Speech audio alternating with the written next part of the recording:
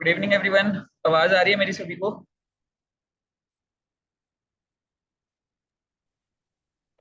Yes सभी sir, को आवाज गुड आ रही है? इवनिंग। गुड इवनिंग, कैसे हो सब लोग? Too good sir. 2 minute wait कर लेते हैं, जैसे ही सभी स्टूडेंट्स ज्वाइन करते हैं फिर हम लोग स्टार्ट करते हैं।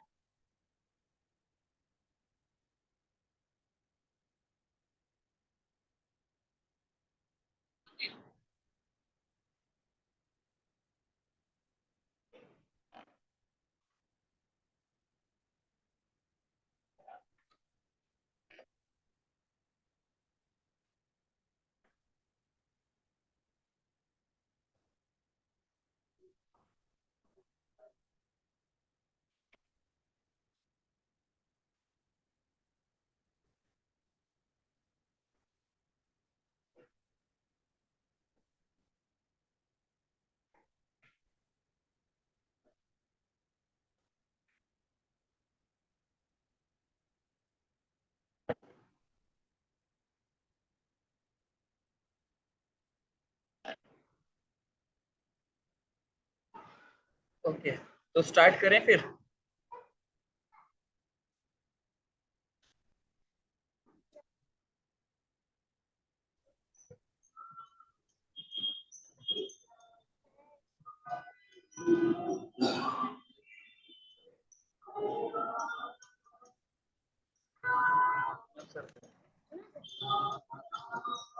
फिर रखो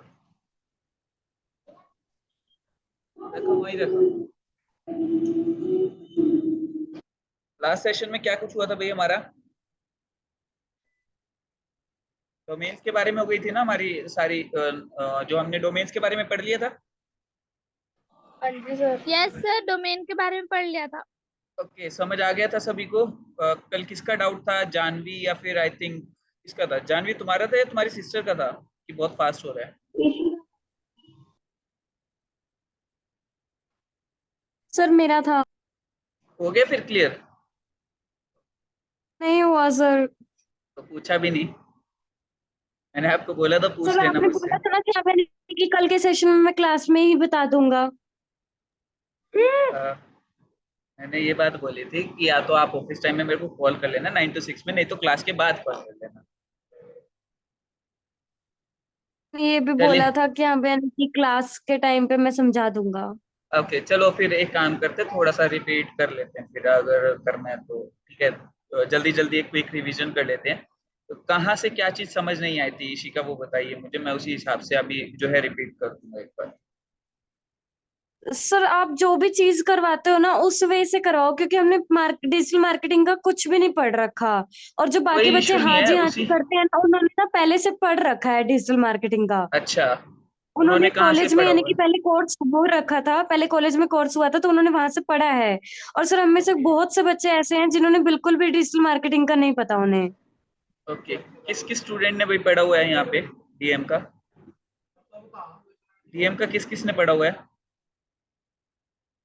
बट इनके सर जो पहले रिस्पॉन्सेस। डिजिटल मार्केटिंग हुई थी वो ऑनलाइन सिखाई गई थी, लेकिन उसमें पूरा क्लियर नहीं किया गया था। मतलब बहुत सर उसमें हल्के ये सब नहीं हुआ था। के बारे में अच्छा, बताया गया था। तो फिर उसमें क्या हुआ था, मतलब डिजिटल मार्केटिंग के बारे में ही नहीं हुआ तो फिर करवाया क्या उन्होंने? सर सिर्फ सर उसमें उन्होंने जैसे कैनवा बताया था हमें थोड़ा बहुत, उस पर हम अपना लोगो कैसे डिजाइन कर सकते हैं, अरे वो तो या फिर फिर गूगल पे अपना बिजनेस कैसे अपलोड कर सकते हैं। यस वो सर, बस डिजिटल इतना ही मार्केटिंग थोड़ी ना होती है। वो तो मैं खुद वही सर, बताऊंगा, वो तो उसमें तो ये हुआ ही नहीं था कुछ। वो तो मैं आपको बताऊंगा ही, वो तो कोर्स के बीच का पार्ट है, वो तो बहुत ज्यादा आगे जाके है। वो तो ये सर है कि फिर हाँ कंटेंट जी। क्रिएट करने के लिए यूज करते हैं हम लोग। वो 1 मंथ में हमें कोर्स करा रहे थे पूरा, और उन्होंने पूरा क्लियर बताया ही नहीं था कि वो है क्या। 1 मंथ में हो तो जाता है, बट उस लेवल का मतलब होना भी तो चाहिए ना पर्सन। फिर अगर मतलब जो आप बोल रहे हो उस हिसाब से, तो फिर वो डीएम था ही नहीं जो आपने पढ़ा है। पता नहीं वो क्या ही पढ़ा के चले गए हैं आपको। चलिए, तो तो देखो, इशिका अभी कहाँ से कितना क्या समझ नहीं आया मुझे एक बार वो बताइए, ताकि मैं थोड़ा सा आपको क्लियर अंडरस्टैंड कर सकूं कि भाई आपको कितना समझ आ चुका है, कितना नहीं आया है, उसी हिसाब से मैं दोबारा से रिपीट कर पाऊंगा फिर ना। सर मुझे यानी कि डोमेन नेम तो एक तो बिल्कुल समझ नहीं आया था। उससे पहले जो आपने होस्टिंग वगैरह करवाई थी वो तो मेरे को समझ आ गई थी। उससे पहले आपने ये क्लाइंट सर्वर वगैरह बताया था, वो भी मुझे बिल्कुल भी क्लियर नहीं हुआ था। अच्छा, ओके। तो क्लाइंट सर्वर मॉडल एक बार मैं दोबारा बता रहा हूँ अभी इसी का, ठीक है, आराम से सुनिएगा। देखिए, क्लाइंट सर्वर मॉडल क्या है कि आप इंटरनेट जब भी एक्सेस करते हो तो एक ये लगा लीजिए, मान लीजिए नेटवर्क से स्टार्ट करते हैं हम लोग। नेटवर्क क्या है बेसिकली, 10-12 कंप्यूटर्स कनेक्टेड हो तो उसको नेटवर्क बोल सकते हैं, ये तो पता है इसी का, ये क्लियर है। 10-12 नेटवर्क कंप्यूटर जो अब यस आपस सर। में कनेक्टेड होते हैं तो उसको नेटवर्क बोलते हैं। तो आप ये समझिए कि आप एक कंप्यूटर पर जो है डाटा रखा है, एक कंप्यूटर रिक्वेस्ट कर रहा है कि मतलब उसे जो है डाटा चाहिए दूसरे कंप्यूटर पे रखा हुआ। तो जिस कंप्यूटर से रिक्वेस्ट की जा रही है कि मुझे ये डाटा सेंड कर दिया जाए, वो कंप्यूटर बोला जाता है सर्वर, ठीक है। और जो कंप्यूटर रिक्वेस्ट कर रहा है उसको बोला जाता है क्लाइंट। इतना क्लियर हो गया? Yes sir. तो यही बेसिकली क्लाइंट सर्वर मॉडल है, कि एक डाटा भेज रहा है जिसको हम सर्वर बोल रहे हैं, जिसको रिक्वेस्ट की जा रही है। अब मेन बात क्या है इस सब में, कि ये अभी लोकल नेटवर्क है, मतलब इसको इंटरनेट पे अपलोड नहीं किया गया। बट इंटरनेट पे अपलोड करने के बाद, चाहे इंटरनेट पे अपलोड किया गया था या नहीं किया गया इस पूरे नेटवर्क को, बट आप एक चीज समझिए कि जो रिक्वेस्ट कर रहा है कंप्यूटर, उसको कैसे पता कि किस कंप्यूटर के पास डाटा है और उस कंप्यूटर से कैसे रिक्वेस्ट करनी है, ठीक है। और मान लीजिए रिक्वेस्ट करने वाले ने रिक्वेस्ट कर भी ली सक्सेसफुली, तो जिस कंप्यूटर से रिक्वेस्ट की गई है डाटा भेजने की, उसको कैसे पता कि किस कंप्यूटर ने रिक्वेस्ट की है नेटवर्क में और उसी कंप्यूटर को डाटा भेजना है? ये समझ आया? ये क्वेश्चन समझ आया मेरा? Yes sir. ठीक है, तो ये पता चलता है आईपी एड्रेस से। आईपी एड्रेस एक यूनिक नंबर होता है, जो कि जितने भी, मतलब एक नेटवर्क में जितने भी कंप्यूटर्स होते हैं सबको अलग अलग नंबर एलोकेट किया जाता है, ठीक है। उस नंबर को बेसिकली आईपी एड्रेस बोला जाता है। ये क्लियर है? Yes sir. ठीक है, तो इस आईपी एड्रेस का हम लोग क्या करते हैं अब, जब इंटरनेट जो बना है वो मल्टीपल, मतलब थाउजेंड्स ऑफ नेटवर्क से मिलकर बना है, लैक्स ऑफ नेटवर्क से मिलकर बना है। सिंगल नेटवर्क में आपके 10 से 12, 15, 50, 100 कंप्यूटर्स हो सकते हैं, 1000 कंप्यूटर हो सकते हैं। बट अगर मैं इंटरनेट की बात करूं तो इसमें 1000 कंप्यूटर का भी कोई नेटवर्क हो सकता है और 2 कंप्यूटर का भी कोई नेटवर्क हो सकता है, बट वो आपस में कनेक्टेड है। मतलब पूरे वर्ल्ड में जितने भी नेटवर्क्स काम कर रहे हैं और जो इंटरनेट से कनेक्टेड है, अगर हम उन सब नेटवर्क्स को आपस में कनेक्ट कर दे तो उसको बोला जाता है इंटरनेट। ये समझ आया? Yes sir. अब इंटरनेट पे आप जब अपने लैपटॉप से, ठीक है, रिक्वेस्ट करते हो फेसबुक को कि भाई फेसबुक पे जो रखा हुआ है facebook.com, बेसिकली वो डोमेन नेम है facebook.com, ठीक है। जब आप रिक्वेस्ट कर रहे हो तो बेसिकली आप क्या कर रहे हो, एक कंप्यूटर से रिक्वेस्ट कर रहे हो कि मुझे फेसबुक पे रखा हुआ डाटा भेजा जाए। अब जिस कंप्यूटर से आप रिक्वेस्ट कर रहे हो उसको बोला जाता है सर्वर, ठीक है। जो आपका कंप्यूटर बन जाता है क्लाइंट उस केस में। ये चीज समझ आई? Yes sir. ठीक है, तो जो सर्वर है अब उसका भी कोई ना कोई आईपी एड्रेस है। बट आप क्या इतने सारे नंबर्स याद रख सकते हो? मान लीजिए फेसबुक है, गूगल है, बिंग है, याहू है, कोई यूनिवर्सिटी की वेबसाइट है, कोई कॉलेज की वेबसाइट है, क्या आप उन सबके नंबर्स याद रख सकते हो? नहीं याद रख सकते ना, तो उसी को बेसिकली उस नंबर को जो है मास्क कर दिया जाता है डोमेन नेम के साथ, जो आप याद रख सको। क्लियर है? अब डोमेन नेम क्या है? वो नाम है सिर्फ। जैसे आप अपने फोन ये आप जो है नंबर सेव करते हो अपने फोन डायरेक्टरी में, ठीक है, और वहां पर आपको जो नाम सूटेबल लगता है वो आप नाम लिख के सेव कर लेते हो। तो वही सेम चीज है, ठीक है। वहां पर एक डोमेन नेम सिस्टम है, ठीक है, डीएनएस बोलते हैं जिसको। डोमेन नेम सिस्टम के अंदर किस नंबर पे क्या जो है नेम मास्क किया गया है वो सारा मैनेज किया जाता है, और जो ऑर्गेनाइजेशन इसको मैनेज करती है उसका नाम है आईकैन। क्लियर है ये चीज? आईकैन के बारे में हम लोगों ने डिस्कस किया था, मैं अभी आपको स्क्रीन पे दिखा भी देता हूँ। आईकैन भाई सभी को क्लियर है ना? अभी हम लोग रिपीट कर रहे हैं थोड़ा सा, क्योंकि कुछ स्टूडेंट्स को नहीं समझ आया था, ठीक है। तो आईकैन यहाँ पर विजिबल है, ठीक है, द इंटरनेट कॉर्पोरेशन फॉर, ठीक है। तो ये बेसिकली सारा फंडा है, ठीक है। इसी के बाद हम लोगों ने डोमेन नेम के बारे में पढ़ा था कि डोमेन नेम में क्या क्या पार्ट्स होते हैं। बेसिकली एक पूरा डोमेन नेम होता है, जो उसके अंदर कौन कौन से पार्ट होते हैं, जिसमें फर्स्ट टॉप लेवल डोमेन आता है, फिर सेकंड लेवल डोमेन आता है, फिर थर्ड लेवल डोमेन आता है, ठीक है। टॉप लेवल डोमेन आगे हमारे दो टाइप के होते हैं, एक जो पर्पस बताता है और एक जो कंट्री कोड बताता है। पर्पस बताने वाले को हम जेनेरिक टॉप लेवल डोमेन यानी कि जीटीएलडी बोलते हैं, और कंट्री कोड बताने वाले को हम सीसीटीएलडी बोलते हैं, यानी कि जो कंट्री को डिनोट करता है। क्लियर है? इसी का सर अभी इसका एक क्लियर है? एग्जांपल देना, हाँ, एग्जांपल इसका देना सर। एग्जाम्पल है facebook.com है मान लीजिए, तो उसमें डॉट कॉम जो है वो कमर्शियल है। कमर्शियल पर्पस को बताता है कि यहाँ पे हम फेसबुक के थ्रू बिजनेस कर रहे हैं, मतलब फेसबुक की जो ओनर है वो बिजनेस कर रहे हैं। तो डॉट कॉम कमर्शियल को डिनोट करता है, यानी कि पर्पस को डिनोट करता है, यानी कि वो जेनेरिक टॉप लेवल डोमेन है, यानी कि जीटीएलडी, ठीक है। अगर मैं बात करूं कंट्री कोड की, अब facebook.in है मान लीजिए, डॉट इन क्या है? इंडिया, ठीक है, या डॉट यूके है यानी कि यूनाइटेड किंगडम, डॉट एयू है यानी कि डॉट ऑस्ट्रेलिया। तो यहाँ पर जो ये वाले कंट्री कोड है, ये बेसिकली ये जो dot dot in dot UK dot, ये सारे टॉप लेवल डोमेन्स हैं, या डोमेन एक्सटेंशन भी बोल सकते हो। टॉप लेवल डोमेन किस तरीके के हैं? ये country code top level domain है, सीसीटीएलडी।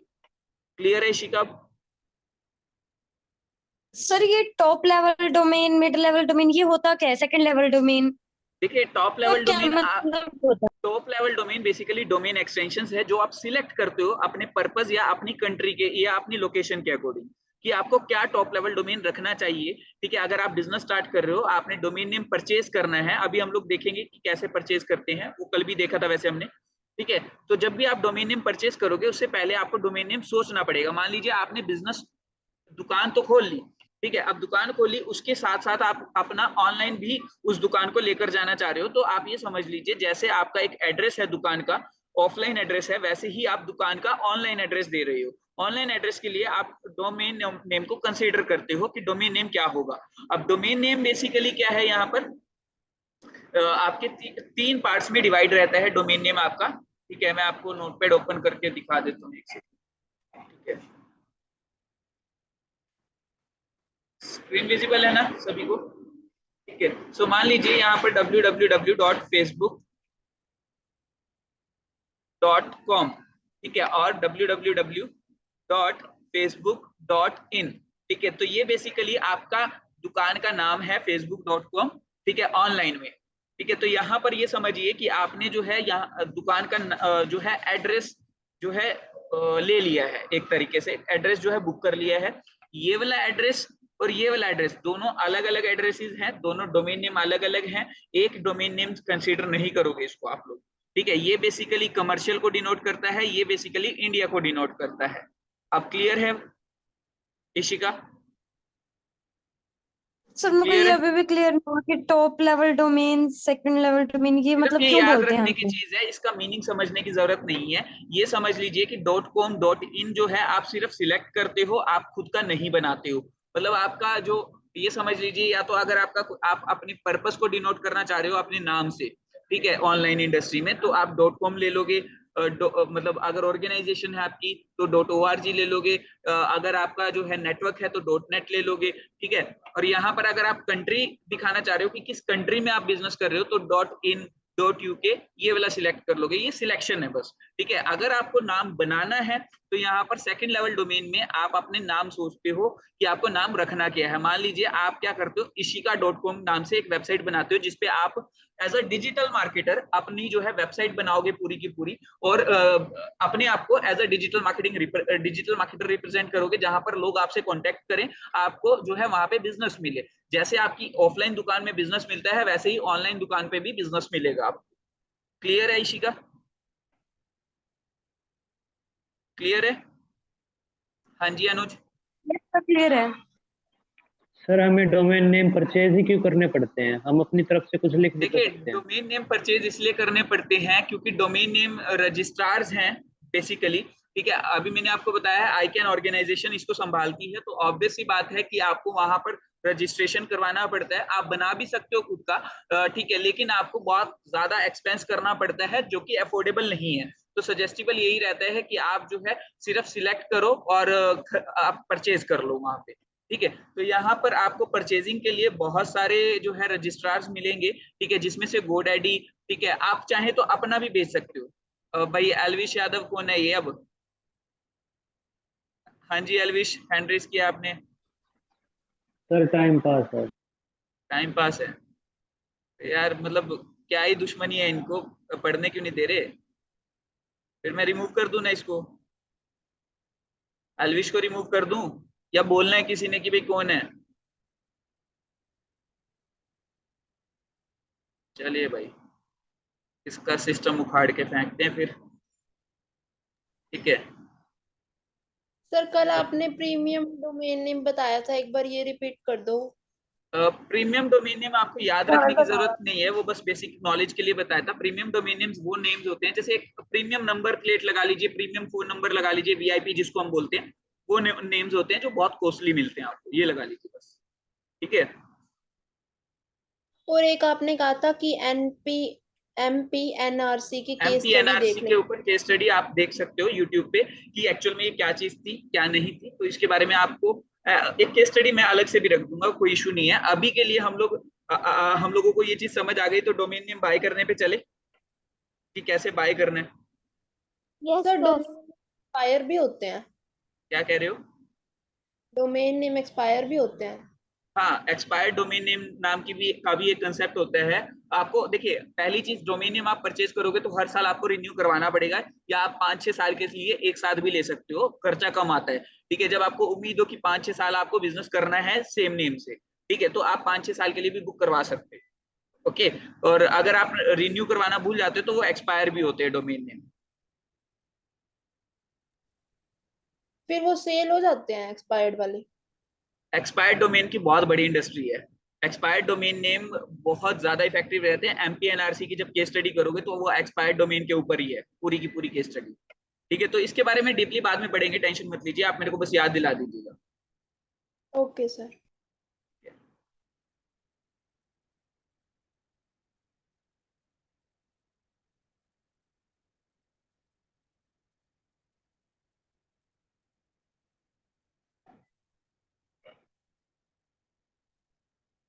ओके, तो इतना क्लियर है सभी को, ठीक है। अभी यहाँ पर आप किसी भी रजिस्ट्रार पे जाके, ठीक है, मान लीजिए गोडैडी पे हम लोग जाएंगे, गोडैडी पे गए, यहाँ पर जाकर आप जो है डोमेन अपना परचेज कर सकते हो, ठीक है। अब यहाँ पर आपको फाइनलाइज करना है। आप अगर सस्ते में लेना चाहते हो तो आयोनोज मेरी प्रेफरेंस रहती है, आयोनोज करके एक वेबसाइट है आयोनोज, ठीक है। और इवन आप खुद भी डोमेन नेम बेच सकते हो, ठीक है, लेकिन मुझे प्रोसेस नहीं पता, बट बेच सकते हो आप।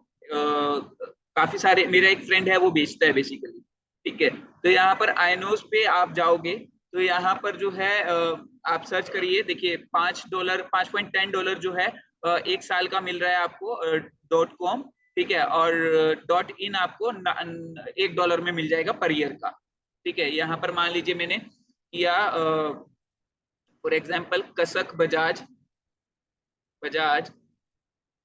.in, ठीक है। मान लीजिए मैंने ये सर्च किया और यहाँ पर जैसे आप कोई भी चीज परचेज करते हो वैसे ही यहाँ पे भी आप परचेज कर सकते हो। देखिए ये $1 फॉर 1 ईयर के लिए मिल रहा है आपको, ठीक है। एक साल का आपको $1 पे करना पड़ेगा, ठीक है, ऐड टू कार्ट करोगे और जैसे आप सामान कोई भी परचेज करते हो वैसे आप परचेज कर लोगे। क्लियर है ये चीज? क्लियर है? Yes sir.